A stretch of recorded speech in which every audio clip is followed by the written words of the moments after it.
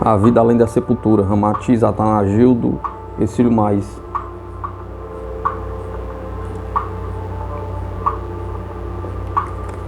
Noções preliminares sobre o além. Pergunta: a agradável surpresa para os desencarnados ao depararem com o panorama do mundo astral?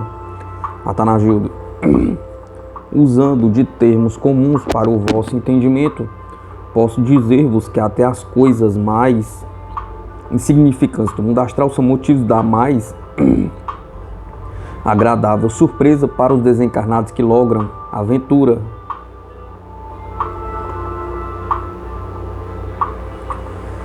de ingressar no seio confortador das colônias espirituais. Entretanto, em virtude do grande prazer com que a maioria das criaturas se entrega à adoração das formas do mundo material, além do habitual desse caso para com a verdadeira vida interior do espírito,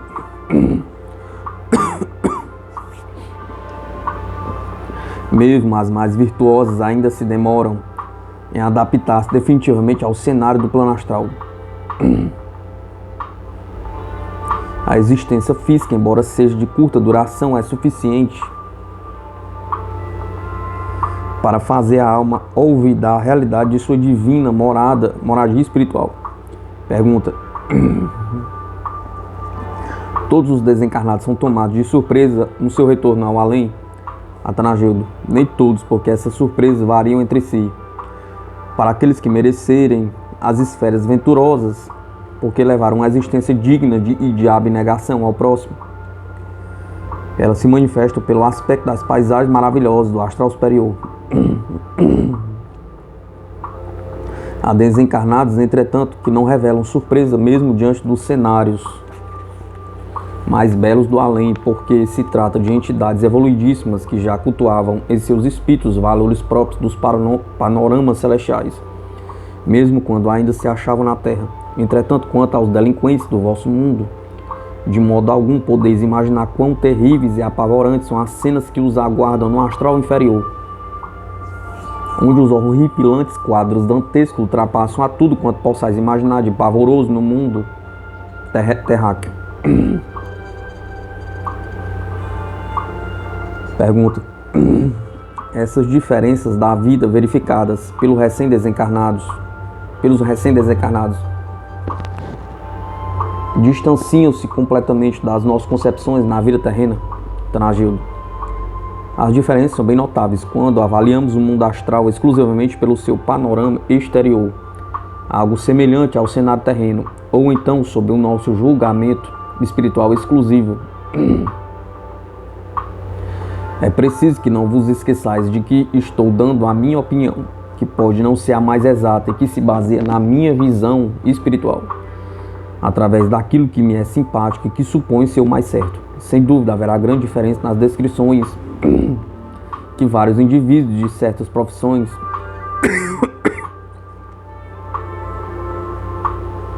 fizeram de uma mesma cidade terrena, as quais hão de variar conforme os diferentes padrões intelectuais e psicológicos dos seus relatores. É evidente que essas descrições hão de apresentar ilustrações completamente opostas entre si, variando naquilo que foi dito por um engenheiro, um poeta, um desportista ou um simples aproveitador da vida mundana. Cada relato há de denunciar os gostos preferenciais do seu autor, revelando a sua simpatia pelo aspecto que mais o interessou. O engenheiro há de se preocupar com as edificações e com o aspecto urbanístico da cidade. O poeta celebrará a beleza de suas colinas, jardins, lagos ou enseadas. O desportista se deixará entusiasmar pelos estádios ou agremiações esportivas, enquanto que o homem materialista e gozador do mundo preocupar-se-á unicamente com os recantos do vício, as aventuras e os ambientes da vida noturna. Eis o motivo por que variam os relatos mediúnicos, transmitidos do lado de cá, que enriquecem a vasta bibliografia espiritualista do mundo material, enquanto alguns desencarnados se preocupam exclusivamente com o sentido interior e de poesia espiritual mais contemplativa de nossa vida no além. Outros preferem se dedicar particularmente aos aspectos das atividades mais exteriores, como seja a multiplicidade de serviços nos departamentos educativos de renovação do espírito. Sob o meu modesto pensar, a Terra é um apagado prolongamento de nossas esferas astrais, para onde converge a vida como pobre imitação da realidade espiritual, que usufruímos à distância do corpo carnal. Aqui nota certa semelhança entre nossas atividades sociais, artísticas, arquitetônicas ou psicológicas e as terrenas, mas não deveis considerar o que aqui se passa como sendo cópias melhoradas da vossa vida material. Esse é um dos motivos porque, de princípio, muitos desencarnados custam a se convencer de que já abandonaram o corpo físico, visto continuarem a manter seus costumes e tarefas num panorama algo semelhante ao que deixaram ao desencarnar. Pergunta: embora existam essas semelhanças com a Terra, como poderemos ter uma ideia da superioridade do mundo astral sobre o nosso mundo físico? Atanagildo: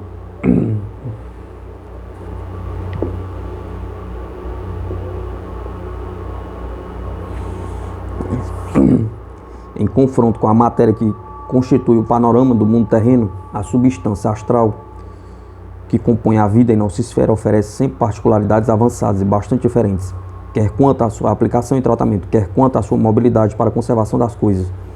No mundo astral são os pensamentos dos seus habitantes o que mais fortemente atua nas suas criações. Quanto mais elevado forem essas regiões no além, tanto mais as forças mentais poderão operar com maior êxito e independência. À medida que se desce para o astral inferior, enfraquece a livre aplicação dessa energia produzida pela mente do espírito, e então é preciso lançar mão de recursos e operações que muito se assemelham aos utilizados na Terra. Pergunta: existe em vosso plano alguma espécie de atmosfera que limite a visão das coisas, ou se trata de um panorama uniformemente sem limites? Atanagildo: observe que as coisas existentes nesse plano, quando vistas a longa distância, não ficam escurecidas ou ensombradas, tal como ocorre na Terra. Pelo menos para mim, elas não se desfazem, a visão longínqua nem se obscurece. Outros sim, as flores não murcham, mesmo quando são cortadas pelas suas hastes, e os frutos não se tornam apodrecidos, como acontece na Terra, pois as árvores se perpetuam e só deixam de existir quando vigorosas inteligências superiores intervêm com a força do seu poder mental, e então as modificam ou dissolvem, por conveniência do meio ou para finalidade educativa. Quando isso acontece, as espécies destruídas não ficam lançadas em monturos, nem tampouco atravancando os caminhos, à semelhança do que sucede no mundo terráqueo, mas se desfazem na atmosfera astral, que age através do seu extraordinário magnetismo. A nossa visão astral, essa atmosfera, se apresenta numa tonalidade de dourado claro sobre fundo esbranquiçado. Às vezes deixa-se envolver por suaves matizes de cores desconhecidas por seres terrenos. Quando ela banha as coisas e os seres, produz então um belíssimo efeito de iluminação. Embora reconheça a dificuldade de me compreenderdes, quero esclarecer que a vida aqui é singularmente mais tangível, real do que na matéria terrestre, graças à indescritível qualidade da substância astral, que a torna plástica, móvel e sutilíssima. O fenômeno, porém, não decorre propriamente dessa matéria, mas principalmente da nossa influência espiritual e sensibilidade aguçada, que faz o ambiente reagir ao menor cintilar do nosso pensamento. Com o tempo, nós vamos nos acostumando a dirigir nossa mente e a disciplinar nossa emotividade excessiva, pois o meio que nos cerca bem se assemelha a uma tela cinematográfica, que reflete toda a nossa atividade interior. O nosso sistema nervoso apresenta-se com tal acuidade que, às vezes, julgamos-nos portadores de um novo aparelhamento maravilhoso, cujo poder miraculoso nos tenha relacionado intimamente com as mais belas coisas criadas por Deus. Espantamos-nos muitíssimas vezes nos primeiros dias, quando verificamos o assombroso poder da nossa vontade operando sobre a matéria astral e produzindo indescritíveis fenômenos que plasmam a nossa visão exterior aquilo que suponhamos irreal. O templo do grande coração.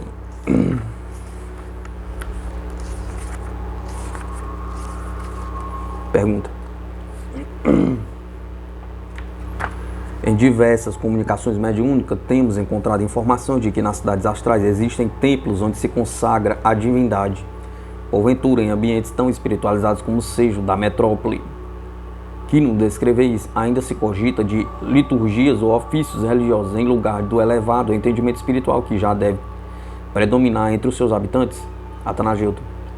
Repito-vos aqui ainda cultivamos o produto de nossas criações e condicionamentos na terra, sem violentarmos o gradativo progresso espiritual que só se efetua pela libertação lenta das formalidades dos mundos materiais. Embora em nossa esfera ainda se note a analogia com os costumes terrenos, isso já se manifesta de modo sublimado em nossa substância, em sua substância, mais intimamente ligada ao santuário do nosso espírito. Na realidade, o nosso cenário, se o compararmos com o da Terra, mostra em sua harmonia exterior o exato equivalente de nossa aprimorada vontade interior. O nosso ambiente astral resulta exatamente de nossa maior capacidade espiritual. Aqui no além vivemos o fruto de nossas idealizações terrenas, mas já em sentido sublimado, buscando apoio em expressões cada vez mais altas, que correspondem perfeitamente aos ideais superiores esposados na vida material. Daí o fato de os verdugos, os ávaros, os egocêntricos, os celerados situarem-se especificamente nas zonas abismais e nos pântanos fétidos do astral inferior, pois a natureza repugnante do cenário em que se colocam também lhes afina a própria intimidade da alma subvertida. Enquanto isso acontece, outros espíritos mais evoluídos, ao se despirem do seu envoltório carnal, alcançam voo às esferas luminosas à procura de luz, que significa o alimento apropriado à sua natureza angélica. Não vos deve estranhar, portanto, a existência desses templos que são verdadeiros oásis de luz e bênçãos nas regiões do astral, renovando pelos pensamentos superiores em nossa metrópole do grande coração. O templo significa o envoltório emotivo do coração do próprio povo, que permanece em incessante atividade para a conquista do supremo bem espiritual. A estrutura alabastrina desse templo, que se ergue como a mais bela configuração da cidade, significa a fonte imperecível que capta e absorve os raios de luz oferecidos pelas regiões celestiais. Pergunta: existe porventura semelhança entre esse templo e outros santuários edificados na terra? Atanagildo. Embora eu esteja a repetir o que algumas vezes já tenho dito, é no lado de cá que realmente se planejam as formas, as edificações e as demais atividades do mundo terreno, sempre em perfeita concordância com os espíritos superiores que operam no limiar do plano mental e da substância astral. A vossa pergunta sobre se há semelhança entre nossos edifícios ou templos e as mesmas construções no mundo físico seria melhor formulada assim: a semelhança dos nossos edifícios e templos com as edificações originais da metrópole em que viveis? Pergunta: o templo da vossa metrópole foi construído em alguma zona de fluidos superiores aos de outro local? Atanagildo. O magnífico santuário foi edificado exatamente no centro do gigantesco e formoso jardim já descrito anteriormente e que forma o coração florido de nossa metrópole. Embora ele possa ser descrito à maneira das edificações religiosas,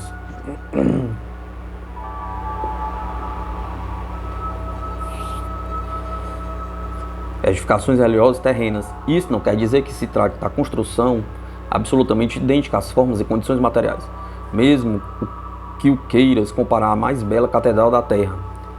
Ainda assim não conseguireis formar a mais pálida ideia de sua munificente beleza e sublimidade. Trata-se de formoso edifício recortado na substância de nossa esfera, que lembra indescritível trabalho de ourivestaria, talhado em cristal puríssimo e luminoso, incrustado de filigranas e rendilhados que formam admiráveis relevos no interior de suas paredes alabastrinas. Durante a noite, quando o céu se inunda de suave luz eterizada, o santuário fulge como se fora esculturado na terna claridade do lar. Nenhum conto de fadas poderia vos oferecer espetáculo de maior fascínio e beleza. Na sua prodigiosa tonalidade prateada, que depois se esvanece num halo de suave colorido luminoso, a sua aura termina emoldurada por franja de matiz lilás que em seguida se polariza num rosa claro dulcíssimo, lembrando a figura de extenso manto de arminho esvoaçado na atmosfera balsâmica que se nutre incessantemente por meio das flores do imenso jardim. De o santuário é preciosa joia de alabastro, encimada pelas 7 torres que a luz solar resplandece sob reflexos azul e rosa, adornadas pelos revérberos de amarelo dourado e dom topázio faiscante.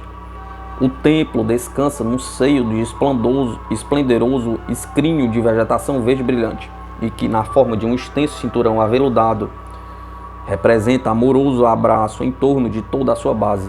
Trata-se de relva odorífera, semeada de buquês de flores azulinhas, com matizes prateados, que se constituem em delicados grupos entremeados por cordões de florinas, parecidas aos frutos maduros de amoreira,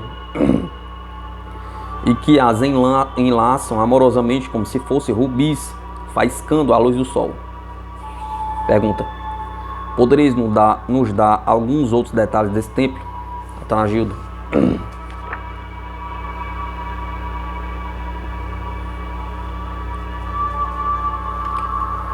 Embora a sua descrição arquitetônica lembre a figura de suntuosa catedral terrena, as suas linhas majestosas identificam o poder e a sabedoria do espírito genial, em feliz combinação com a ternura e a bondade do santo, graças à natureza elevada da essência espiritual que interpreta todos os seres e o ambiente de nossa metrópole.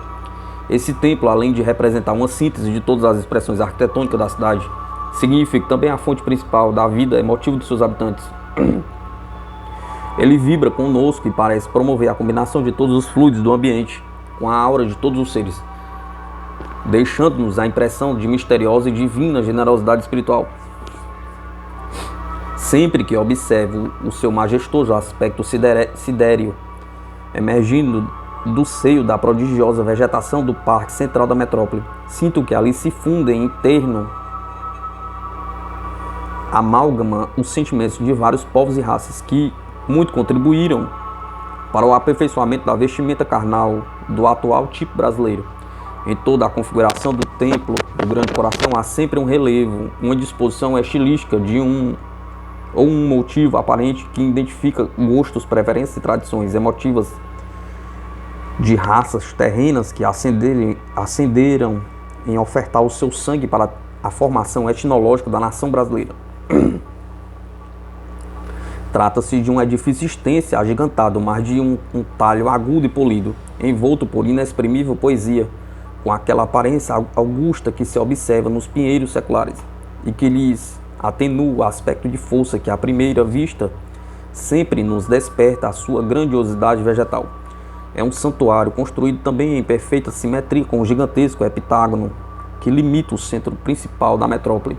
Possui 7 portas espaçosas que se abrem exatamente em direção a cada uma das 7 principais avenidas que convergem para esse grandioso logradouro.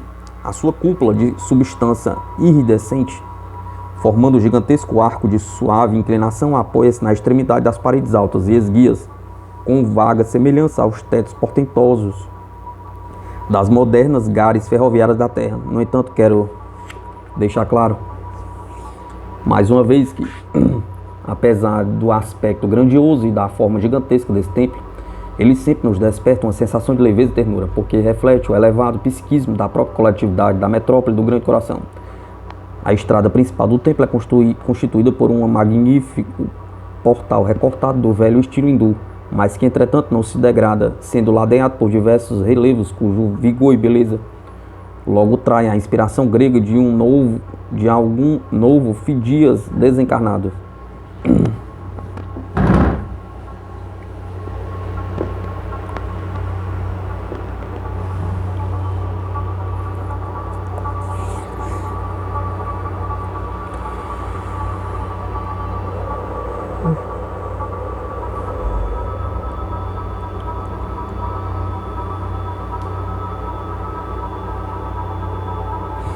Mas ali não se verifica a preocupação de um estilo resumido, que poderia abastardar a pureza iniciática do conjunto do santuário, nem há a falta de imaginação muito comum na Terra, quando se pretende a ostensiva mistura que sacrifica a qualidade estilística. Observa-se um divino senso de equilíbrio e harmonia, sem nenhum extremismo arquitetônico ou predominância de um estilo qualquer sobre o assunto. Trata-se de genial fusão de linhas geométricas e diferentes enlaçamentos heterogêneos, mas tão sutis que se desvanecem no conjunto, como expressões representativas de todas as raças do mundo terreno, perfeitamente ligadas por um mesmo espírito criador. Diante desse preciosismo arquitetônico que é o templo da metrópole, nenhuma alma deixará de sentir e reconhecer que ele materializa no ambiente astral a saudosa mensagem de muitas raças que já contribuíram para a formação emotiva do povo brasileiro. Na fusão dos vários símbolos, relevos e filagramas diferentes, dilui-se uma só expressão espiritual que permanece constante e íntegra, apesar das variedades estilísticas de suas formas externas. A torre principal destaca-se e ergue-se da fronte do santuário, entre as outras torres existentes, volvida para o oriente, relevando-se impressionante monumento de beleza espiritual internamente por caprichosos lavores em baixo relevo, que durante o dia se fazem brilhantes pela claridade astralina do sol, enquanto a noite se transforma em crivos de fios luminescentes, adornando o alabastro eterizado das paredes transparentes. Essa torre principal cresce, indefinidamente se alonga, depois na figura de finíssima agulha, cuja ponta se inunda de suaves fulgurações esmeraldinas e reverberações douradas, para então penetrar docemente no seio da atmosfera de armínio do astral superior. É principalmente através dessa torre principal que as luzes descem do alto, acentuando-os na própria difusão durante as orações coletivas da metrópole. A função primordial do templo da metrópole do Grande Coração, pergunta Atanagildo.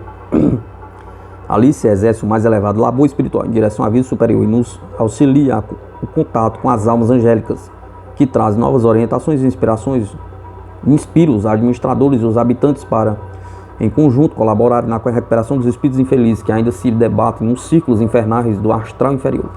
Em determinado período, o templo organiza as orações coletivas, quando então os moradores da metrópole procuram sintonizar as vibrações elevadas, que são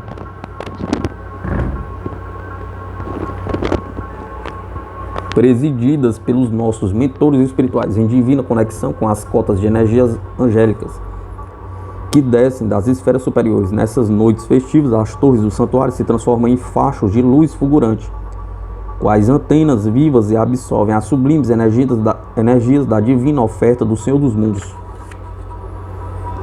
Noções gerais sobre o panorama astral.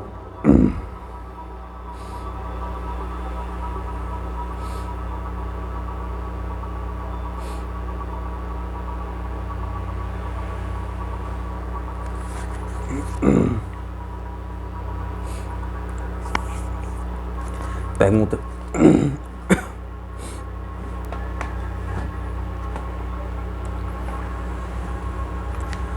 Qual seria o panorama que vislumbraríamos se pudesse penetrar no plano astral em que vives atualmente, Atanagildo? Sem dúvida chegará um instante em que devereis vislumbrar a realidade do mundo astral, cumprindo-se a lei que dá a cada um conforme as suas obras, e que no além vos conduzirá exatamente a um ambiente mais afim ao vosso estado espiritual.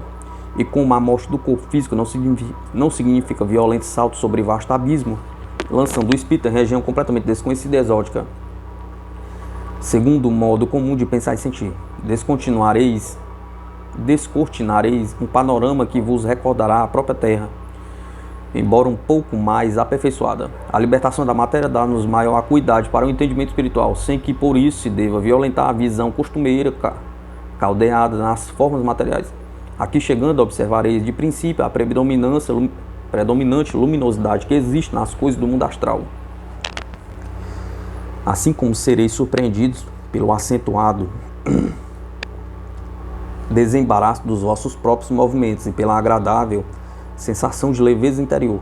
Quando permanecemos na Terra, guardamos a impressão de que a matéria não nos pertence, pois o nosso pensamento encontra séria dificuldade para atuar com êxito na substância tão pesada. Entretanto, aqui no astral, tudo aquilo que nos cerca é como um prolongamento vivo e plástico de nós mesmos, que vibra e se sintoniza vigorosamente com a natureza dos nossos pensamentos, influindo extraordinariamente na organização do nosso próprio perispírito. É evidente que vamos tomando posse gradativamente de tais sequências, mas auxiliados nesse sentido, porque aqui existem departamentos e recursos que nos exercitam para o domínio razoável do meio em que passamos a atuar. Pergunta: poderei nos dar um exemplo vivo dessa sensação ao se penetrar no plano astral? Atanagildo: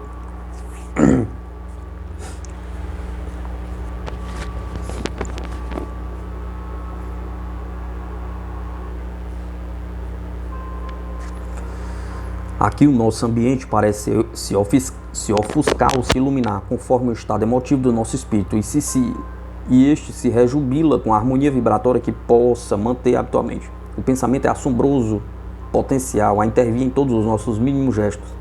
A sua intervenção no ambiente assemelha-se a lentes dos vossos óculos, que ora se ofuscam com o vapor da água, ora oferecem visão clara, porque as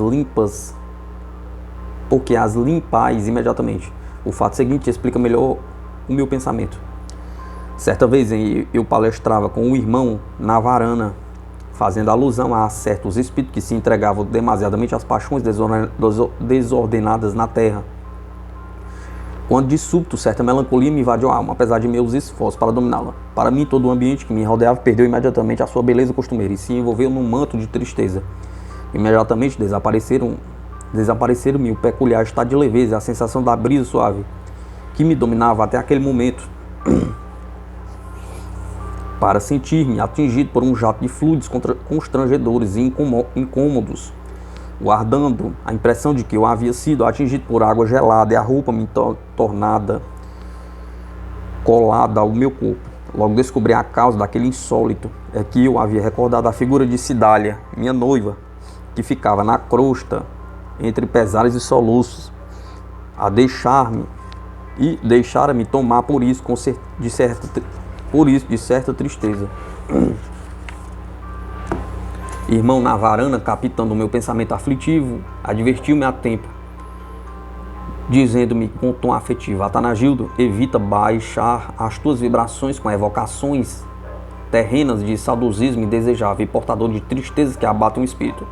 É razoável que o homem terreno se perturbe emotivamente, porquanto ainda lhe é difícil compreender que todas as criaturas são emissoras vivas que emitem raios conforme a onda espiritual que se situa por efeito de suas angústias ou de seus sonhos. Quando nos sintonizamos aos ideais mais altos e criadores, associamos energias que nos fortificam sob um sadio otimismo, mas assim que vacilamos com a evocação triste da Terra, também somos torturados pela carga energética de sua baixa vibração, que passa a nos incomodar sob igual reação aflitiva. Em face da comprovação da imortalidade em ti mesmo e de já compreenderes que a lei do karma sempre beneficia o futuro, não é razoável que ainda te deixes dominar pelas vibrações das suas próprias evocações aflitivas. À medida que nos encaminhamos para as regiões mais altas, ingressamos no campo de matéria mais sutil, percebemos que o nosso espírito também influi com mais vigor no meio e na substância astral que o cerca. As nossas ações também produzem reações mais vivas, porque pensamos, sentimos e modificamos rapidamente o ambiente que nos rodeia. Depois da desencarnação é que percebemos bastante surpresa o maravilhoso mecanismo do espírito, que então passa a criar a forma e pode também modificar pelo pensamento a própria natureza em que habita.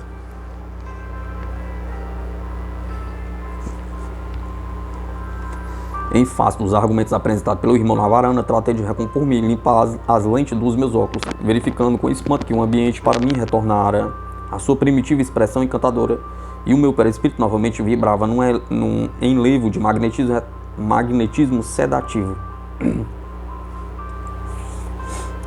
Creio que assim podereis avaliar a importância dos nossos pensamentos em relação ao meio astral em que vivemos, porque somos a própria instrumentação viva a produzir as modificações que nos inebriam a alma ou então nos abatem o ânimo. Pergunta: o mundo que vos cerca é análogo ao cenário material terreno, conforme no relato algumas literaturas mediúnicas, que se refere a colônias, cidades, casas, veículos, árvores, rios, etc. Não será isso apenas um esforço de comparação, o produto da imaginação dos médios que recepcionam tais comunicações? Atanagildo: se assim pensardes, tereis de supor que o médico de que me sirvo agora pode estar compondo também um pitoresco relato partido de sua própria imaginação. E se continuardes a pensar desse modo, grande será a vossa desilusão quando aqui chegardes, pois é de senso comum que a natureza não dá saltos. Malgrado as vossas dúvidas e as dificuldades que encontrarmos para vos descrever com a mais aproximada exatidão o panorama astral do além-túmulo, asseguro-vos que aqui existem montanhas, rios, árvores, pássaros, animais, jardins, casas, edifícios, templos, veículos e ornamentações, tudo bem ajustado à sequência e às várias formas que fundamentam a vida astral dos povos e aglomerados de espíritos desencarnados.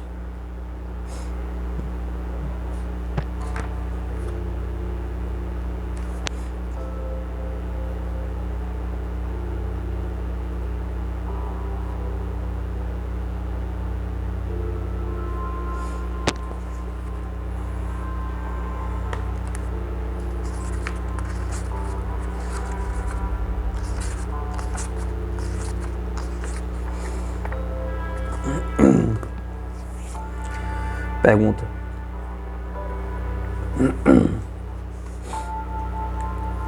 pelo que nos disseis, parece que essas cidades ou colônias astrais copiam o panorama terrestre. Não seria decepcionante que, depois de abandonarmos o corpo físico, contando com uma espécie de paraíso celestial, tivéssemos de penetrar um cenário que pode até ser mais pobre do que o de certas metrópoles da Terra? Atanagildo: outro equívoco se faz evidente no vosso modo de pensar, pois são os reencarnados que, de modo bastante grosseiro,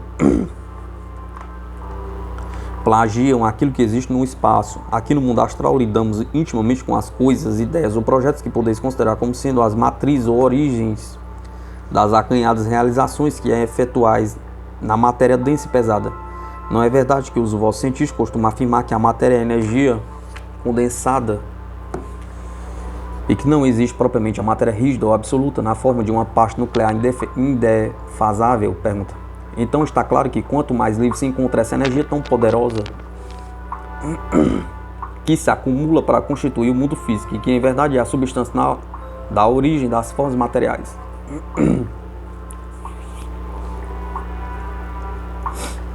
Tanto mais há de ser mais viva e poderosa quando manuseada diretamente no mundo astral, que é a sua fonte natural. Os técnicos siderais operam primeiramente aqui, ou seja, no campo de energia livre, que depois alimenta e sustenta os aspectos exteriores do mundo material. E espero que os cientistas terrenos deem conta desse fenômeno e o tornem tangível nas configurações visíveis aos sentidos humanos. A vossa ciência, esposando conceitos graves e sentenciosos, apenas pesquisa e depois classifica.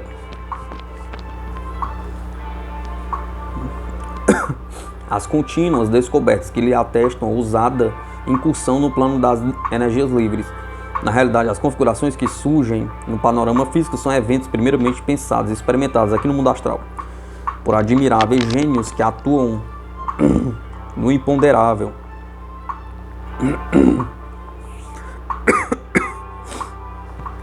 em cuja substância criam, elaboram e modificam os fenômenos da vida terrena.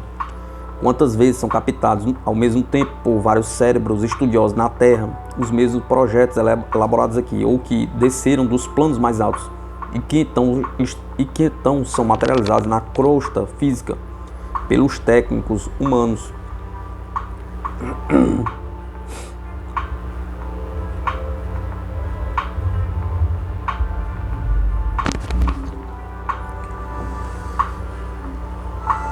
Não vos é estranho o fato de alguns sábios ou cientistas terrenos, por meio de surpreendentes coincidências, terem feito descobertas e contemplando pesquisas ao mesmo tempo em vários pontos geográficos, motivo porque têm sido registrados mútuas acusações de plágio e de furtos de projetos e documentos alheios? Pergunta: na realidade, esses cérebros sensíveis, que se situam na faixa vibratória da mesma procura científica em benefício da vida humana, logram identificar fórmulas iguais a soluções idênticas porque interceptam psiquicamente certas coisas que se revelam na sua descida do alto, na forma de inspirações. Quando descobertas e soluções científicas, principalmente no campo astronômico, ainda hoje vos servem de motivo de discussão por causa das mútuas reivindicações de paternidade atribuídas a vários sábios que lograram êxito e solução ao mesmo tempo.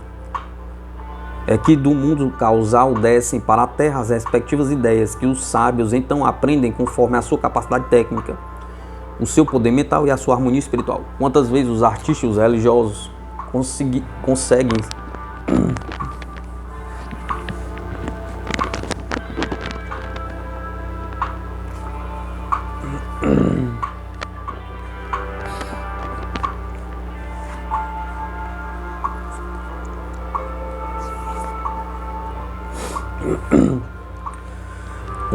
sintonizar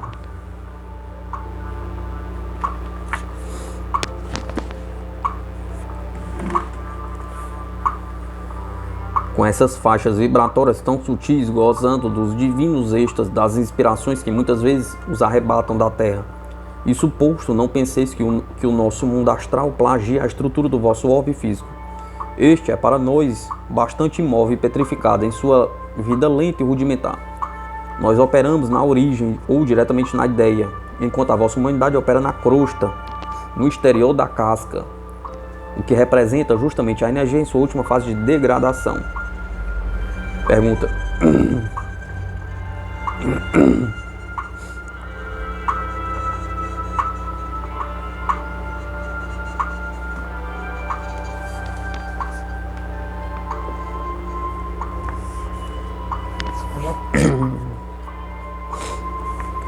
O que nos deixa algo confuso nas comunicações dos espíritos é a necessidade de compreender ao pé da letra a existência de montes, rios, casas, árvores, animais, veículos, formando o panorama do além, mas se concretizando em matéria sutil ou substância de outra espécie. Surpreende-nos essas configurações tão terrenas, cujos relatos nos parecem insuficientes para satisfazer a nossa exigência mental, muito mais simples, que nos dizeis sobre a nossa dificuldade de compreensão, Atanagildo. É muito natural que assim ocorra na vossa mente, pois não levais em conta, ao raciocinar, a diferença de plano vibratório entre os dois mundos. Ao assim procederes, imitais um peixe qualquer que, por se basear exclusivamente no seu modo de vida aquático, de onde extrai o oxigênio, resolve descrer da possibilidade de que alguém pudesse viver fora d'água. Então, laborariam em equívoco tantos peixes que descrescem da existência de uma vida fora d'água, que não é regida pelas mesmas leis do meio líquido em que vivem.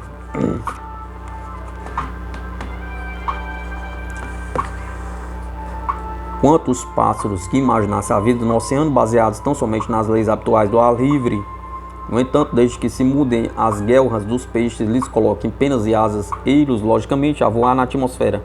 Substituíam-se as penas dos pássaros por escamas e o seu aparelho respiratório pelas guelras dos peixes. E eles também se movimentaram livremente no meio aquático. O equívoco provém sem dúvida de vos firmardes nas leis de um plano conhecido, para depois tentardes compreender os fenômenos correspondentes a planos completamente opostos. Seria tão absurdo tentarmos achatar o vapor d'água com um martelo de ferro, quanto batermos o ferro em um martelo de fumaça. Eis porque motivo não deveis imaginar os espíritos que são de natureza etéreo, astral e invisível aos olhos humanos, a se moverem num cenário material como da Terra, porque sempre estareis em equívoco. Na realidade, servimos-nos do perispírito, nos movendo tão logicamente no meio astral, quanto o espírito reencarnado que se movimenta com naturalidade do mundo material, porque em ambos os casos o corpo é feito da mesma substância que constitui o meio onde atua.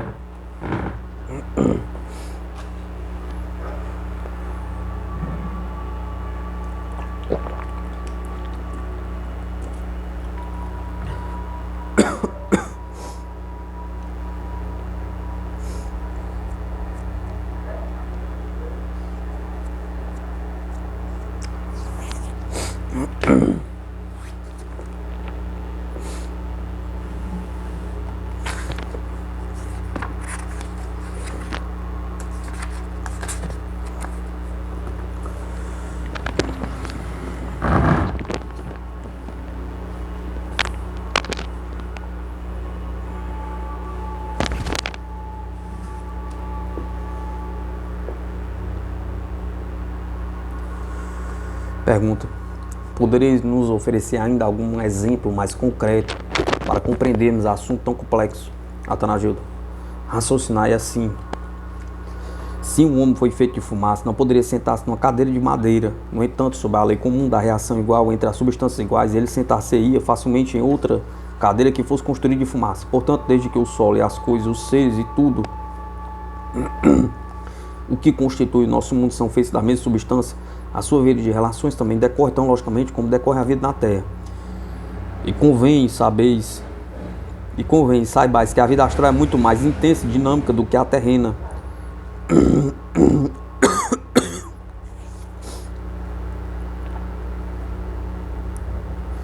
Porque nós atuamos na matéria quintessenciada, que além de mais rica na reprodução vibratória de nossas emoções, ainda nos oferece elevado padrão de beleza, dotada como é a da pitoresca propriedade ou encantadora luminosidade interior. É preciso que imaginais que o espírito desencarnado como a se mover num ambiente de matéria sutil, do mesmo modo como vedes um homem carnal se mover dentro do cenário pesado do mundo terreno. O homem pode ser portador de um corpo material, toca, apalpa ou manuseia perfeitamente a sua veste, o seu sapato ou o seu alimento, que são feitos de substâncias materiais. Do mesmo modo, mas sob outra modalidade vibratória, o espírito desencarnado com o seu corpo de substância etérica pode sentar-se numa cadeira etérica, vestir roupas etéricas ou ingerir sucos de frutas etéricas. Pergunta: custamos a crer nessa diferença de percepção após a morte carnal, porque o mundo físico é o que nos parece mais consciente e positivo, o que comprovamos pelos seus ruídos, fenômenos da natureza e mil outras coisas que, em sua agitação, formam a realidade percebida pelos sentidos humanos. Atanagildo: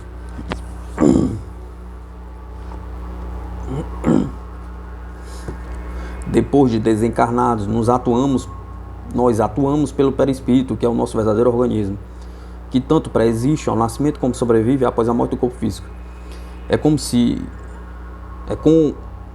Como esse nosso delicado instrumento de relação com o ambiente astral é mais sensível às percepções do espírito, passamos a gozar de mais sensibilidade psíquica, visto que a chama espiritual é, na realidade, o centro de nossa consciência individual, no seu do todo. O corpo físico, o perispírito, significa os seus respectivos veículos de atuação nos planos material e astral. Desses dois veículos, qual, pois, o mais valioso e importante para a nossa estrutura espiritual? Pergunta: sem dúvida, há de ser o perispírito, porque além de ser um organismo definitivo, é o que se liga mais intimamente à nossa consciência mortal. Enquanto o corpo de carne é um organismo pesado e denso que atende dificultosamente às intenções e necessidades do espírito reencarnado, o perispírito, em virtude de sua contextura sutilíssima e quintessenciada, é maravilhoso instrumento de ação no seio das energias vivíssimas do mundo astral. A sua leveza e dinâmica permite atender de imediato a mais insignificante vontade do espírito desencarnado. Recordo-vos a comparação já feita a Lourdes de que o corpo físico é qual um escafandro a oprimir os movimentos do mergulhador no fundo do mar, restringindo-lhe os sentidos físicos do ambiente modificado pela água. Assim que o mergulhador despe o seu escafandro, a superfície da água logo se reintegra na posse de todos os seus movimentos naturais e passa a gozar da paisagem colorida e iluminada pelo sol, que constitui o panorama da vida ao ar livre. Pergunta: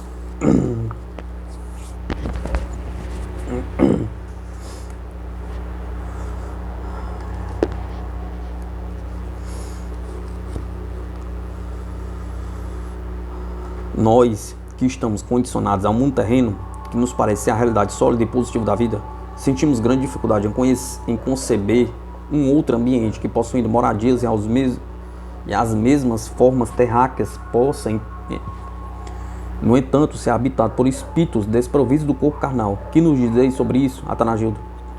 É que aqui desconheceis a verdadeira contextura do perispírito,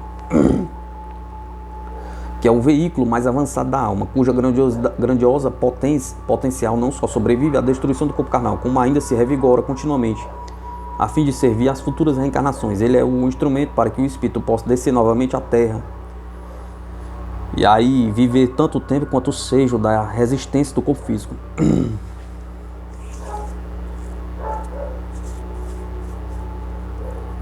Durante as inúmeras existências reencarnatórias, ele vai colhendo experiência através da dor, do sofrimento, das vicissitudes humanas. E após a desencarnação, torna-se o precioso instrumento de que a alma se utiliza nos planos sutis do astral, pondo-se em relação direta com todas as energias originárias do próprio meio. À medida que o perispírito se torna mais sensível com o sofrimento, que lhe favorece contínuas expurgações da escória agregada durante as vidas materiais, também a sua alma consegue uma maior expansão na vida espiritual e favorecimento para um intercâmbio de realizações felizes.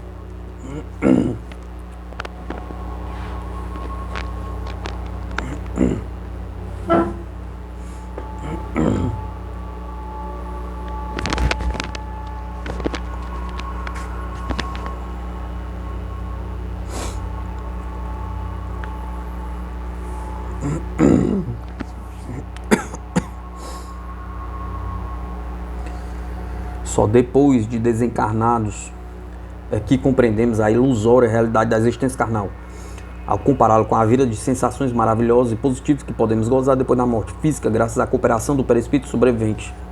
Bem sei que não podeis avaliar ainda reencarnados quais sejam os fenômenos que ocorrem com os nossos espíritos em liberdade no plano astral, mas é preciso que vos ajusteis mentalmente às manifestações exatas que a vida oferece em cada um dos planos vibratórios, lembrando-vos das leis correspondentes que disciplinam as relações do espírito.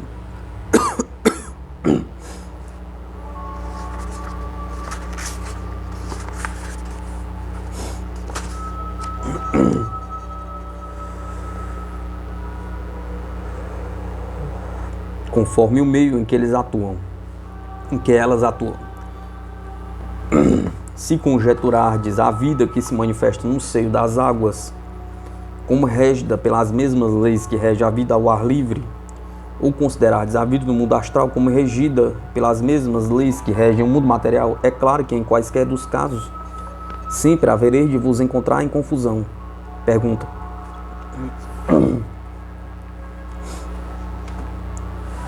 Conhecemos muitos espiritualistas de renome que negam a existência de um mundo exterior, especialmente apropriado aos espíritos desencarnados, assegurando que estes vivem num mundo virtual dentro de si mesmo, como um produto abstrato de suas íntimas criações.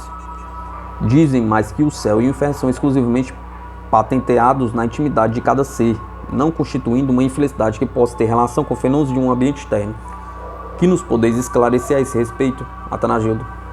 É indubitável que nós mesmos criamos o nosso mundo interior. É isso tanto fazemos no plano astral como ainda reencarnados no plano físico. Mas deveis convir em que essa criação, sendo produto de nossa vontade, tanto se revela no mundo exterior como em qualquer ambiente em que possamos viver. Sem dúvida, edificamos o céu em nós mesmos quando os nossos sentimentos superiores reagem prazenteiramente, assim como construímos o inferno em nossa sequência de criações bárbaras que alimentamos perigosamente em nosso campo mental. Mas embora tudo que se processa na intimidade do nosso espírito ocorra num campo vibratório diferente do da matéria, o fenômeno sempre se relaciona com o mundo astral que nos cerca, num processo de relações algo semelhante ao que se resiste nos mundos materiais, variando apenas quanto aos recursos para isso que nas regiões delicadas se obtêm fundamentalmente por meio de nossas forças mentais. Assim, não usamos martelos, foices, enxadas, britadeiras ou escavadeiras nos ambientes de fluidos sutilíssimos, pois o extraordinário poder da mente opera com êxito e se torna capaz de aglutinar a energia no meio e construir com ela as formas desejadas. Quando alcançamos um nível do nosso atual curso educativo, lidamos com as formas e delas nos servimos para extrair ilações mais avançadas. Enquanto que nas zonas inferiores, onde a substância astral ainda é agressiva, rígida, pútrida e letárgica, inúmeras vezes se anulam os mais heróicos esforços mentais dos seus edificadores. Há regiões astrais inferiores, a crosta terráquea, que, em decorrência de sua vigorosa densidade, obriga-nos a construir poderosos instrumentos confeccionados com a mesma substância repulsiva do meio onde pretendemos agir.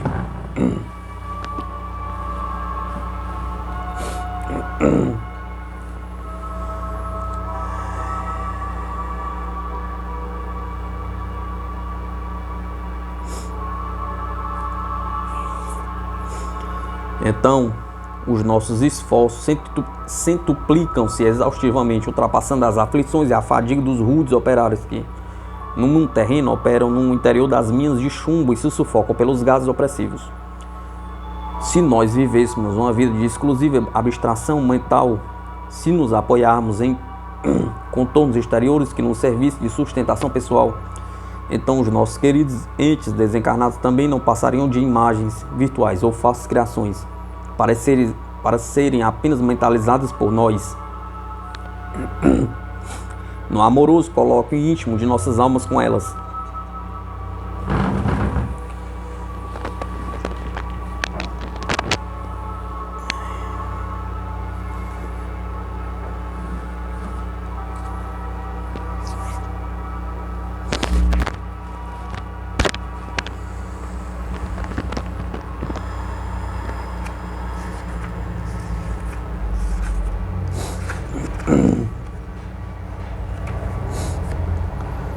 Pergunta: os citados espiritualistas insistem em afirmar que as formas ou figuras que nos são transmitidas mediunicamente são produto dos condicionamentos psicológicos da Terra, assim como as colônias espirituais e seus departamentos, tão disciplinados, não passam de sonhos fantasistas, pois a vida do desencarnado é exclusivamente interior. Que nos diz a respeito, Atanagildo? A nossa desencarnação não nos vira pelo avesso, também não somos bandos de borboletas ou enxame de abelhas a voar sem rumo daqui para ali, dispensando o pouso muito natural que podemos encontrar no trato com as formas. Mantemos relação de simpatia ou antipatia com as formas exteriores que produzimos e que sintonizam as realizações alheias. A ausência de montanhas, edificações, florestas, pássaros, flores, trabalho, divertimento e cuidados com o nosso perispírito no mundo astral implicaria em considerações que os nossos amigos guias e simpatizantes que estão do lado de cá não passam de fantasmas a perambular por um mundo irreal, constituído do éter interior de nossa alma. Também tereis que me considerar assim, supondo que em lugar de um espírito que agora se comunica convosco, estáis ouvindo uma produção alucinatória do médium que vos escreve, a qual não passa de uma imagem fugaz, que há de desvanecer assim que ele deixe de pensar em mim. Pergunta: os espíritos que vivem em planos mais elevados podem se congregar da mesma forma em colônias ou cidades semelhantes às que descreveis?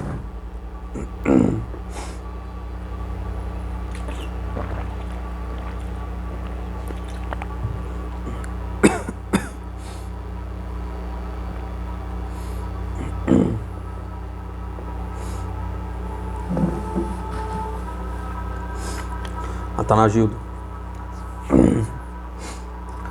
sem dúvida, embora eles se encontrem mais intimamente ligados às causas da vida cósmica que manuseia energia ainda mais sutil, também se relacionam com as formas inconcebíveis para vós, mas tão reais para eles quanto a pedra o é para vós na terra.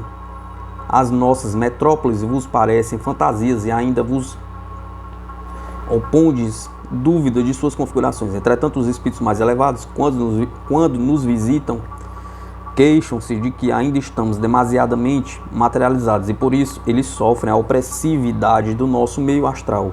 Angustiam-se com as reminiscências subjetivas dos seus próprios moradores, quando estes se deixam envolver ainda pelo saudosismo da terra.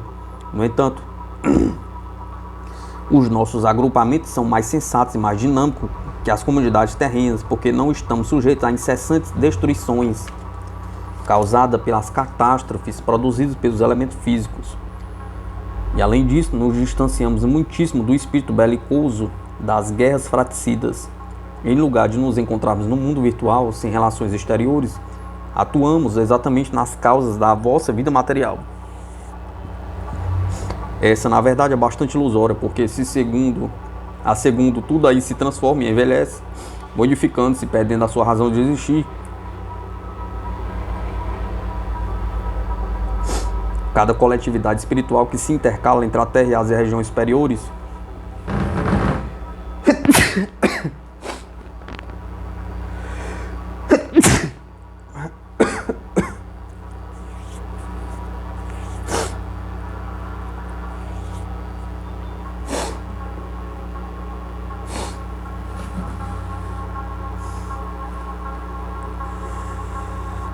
Cada coletividade espiritual que se intercala entre a Terra e as regiões superiores divinas, situando-se na coroa evanescente de fluidos, significa uma nova comporta que se abre para a verdadeira vida do espírito, a fim de libertá-lo mais facilmente das paixões animais que separam o homem do anjo.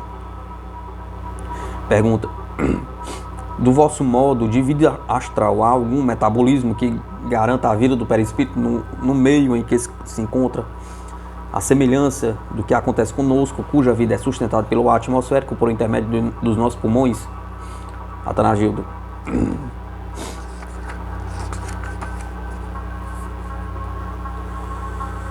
sem dúvida, pois, embora estejamos situados em planos de substância quintessenciada do astral, ainda vivemos relacionados com o mundo exterior, malgrado as nossas dúvidas. Assim como respirais o ar, que é um produto químico do oxigênio, hidrogênio e azoto, nós também respiramos um elemento nutritivo em afinidade com o nosso estado de almas desencarnadas. Vivemos em um ambiente de magnetismo aprimorado e de um vitalismo alheio à atmosfera terrestre, que flui principalmente da cota do amor e simpatia que se intercambia entre os moradores desta região. Tudo aqui se influencia de modo recíproco. Seres e coisas estão impregnados de substância em que habitamos. Motivo porque tenho insistido em vos afirmar que o nosso ambiente se nos afigura um prolongamento vivo de nós mesmos. Trata-se de uma influenciação muito vigorosa do meio em intercâmbio fluente conosco, muito apropriada à nossa sensibilidade espiritual e também muito fácil de ser modificada pela ação vigorosa do pensamento, quando já nos encontramos mentalmente treinados para efetuar conclusões técnicas. No meio podemos até avaliar a emotividade e perceber os raciocínios dos espíritos situados em esferas baixas, ou mesmo quando visitamos a nossa comunidade. Quase tudo no astral exala um odor áurico, característica que se produz pelas emoções espirituais e pelas ideias das criaturas em intercâmbio constante com as emanações do magnetismo nutritivo do meio. Aqui se nos torna muitíssimo difícil pretender esconder qualquer coisa, e até o próprio pensamento dos espíritos superiores. Essa influência magnética reinante no nosso ambiente assemelha-se a um poderoso revelador fotográfico imponderável, derramando sobre o fluido mental que expunha aos mais entendidos todos os pensamentos recônditos de nossas almas.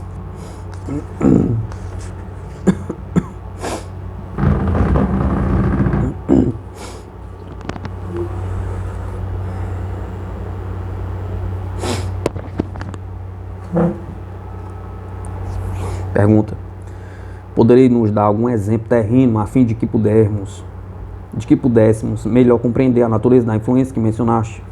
Atanagildo: quando os faróis dos automóveis incendem sobre os cartazes comerciais pintados com tinta fosforescente colocados ao longo das estradas de rodagem,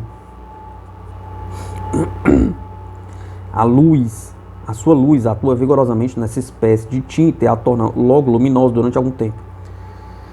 Essa ocorrência me vem à lembrança sempre que noto que o meio ou a atmosfera astral em que vivemos se alegra ou se constrange na conformidade dos nossos pensamentos e sentimentos. Eles influem nos vegetais, nos animais, nos seres, objetos e até nas edificações da cidade. Algumas flores, por exemplo, ficam mais vivas, mais coloridas e buliçosas quando delas se aproximam espíritos e sentimentos elevados e particularmente afeiçoados às expressões da vida angélica. Um halo misterioso que se alimenta de magnetismo delicado do meio astral amplia o campo das nossas emoções e o afina imediatamente a tudo que vibra em sintonia íntima com o que pensamos.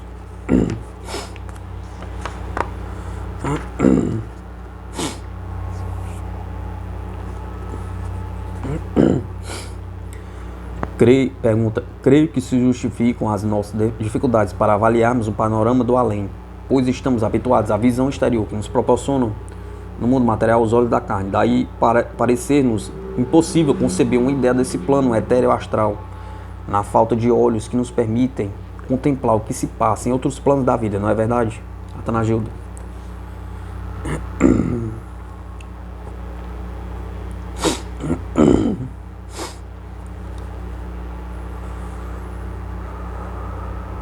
Vós depositais toda confiança naquilo que os vossos olhos de carne veem, Mas esqueceis de que, mesmo através desses olhos, ainda está a bem grande distância o panorama entrevisto pelo míope em relação ao homem dotado de visão perfeita. Por isso, o míope precisa socorrer-se de lentes apropriadas, que clareiam as imagens distantes, enquanto o de vista normal pode vê-las claramente em suas configurações exatas. Mesmo no vosso mundo, nenhum cientista se arriscaria a afirmar que as cores e formas percebidas pelos vossos olhos sejam exatamente como as enxergais. Eles já desconfiam de que a realidade, apesar da visão oferecida pelos olhos físicos, pode ser bem diferente dos padrões comuns que têm sido consagrados pela visão humana. Os chineses antigos pintavam o céu como de um amarelo fosco, porque a sua visão rudimentar ainda não podia perceber o azul, que hoje é de percepção comum à humanidade. Esse azul será porventura a cor perfeitamente exata do céu? Pergunta. Ou será a consequência da deficiência visual do homem do século XX? Para o sertanejo inculto será verdadeira provocação o escárnio diz ele que na ponta de um alfinete há uma vida microbiana tão agitada como a de alguns milhares de rebanhos de carneiros soltos pelas campinas verdejantes? Pergunta. Em face da precariedade de vossa visão física, não deveis imaginar o nosso mundo como uma semelhança de vossa moradia, pois os olhos da carne só podem fotografar aquilo que lhes situa externamente. Por isso, falhais lamentavelmente quando desejais basear-vos no que eles veem para terdes a visão do mundo interno do espírito, que é a origem e não o efeito da vida material. A vida além da sepultura. Ramatiz, Atanagildo e Silomais.